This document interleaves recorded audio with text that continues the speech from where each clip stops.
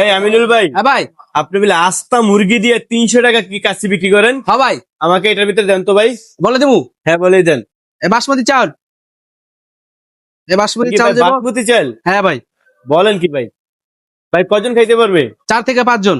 4 থেকে 5 জন? হ্যাঁ, এই যে 4টা আলু আছে। হ্যাঁ, আর মুরগি আস্তা মুরগিটা দেখি। আস্তা মুরগি দেখবেন, একটু ওয়েট করেন না ভাই, খাসি উড়াই মুদি, মুরগি উড়াই না তো ভাই, দেখি। খাসি। এই লন, এই লন। ভাই আপনার ভাই আস্তা আস্তা মুরগি? হ্যাঁ ভাই, ভাই মুরগির ওয়েটই তো হাফ কেজি। মুরগি ওটা 800 গ্রাম।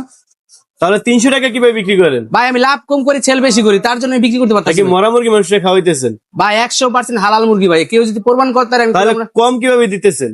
ভাই আমি কম কি ভাই, আমি হচ্ছে বললাম তো লাভ কম করি, সেল বেশি করি, তার জন্য আমি দিতে পারতাছি। আমি আমার দৈনিক মানে 100 আস্তা মুরগি বিক্রি করা হয়। আচ্ছা, যদি মুরগির শুধু নিতে চাই তাহলে কয় টাকা লাগবে? ভাই আমরা শুধু মুরগি বিক্রি করি না, তাহলে যদি রাইস, শুধু রাইস? রাইস আমরা শুধু রাইস বিক্রি না, শুধু প্যাকেজ নিলে 300 টাকা মাত্র।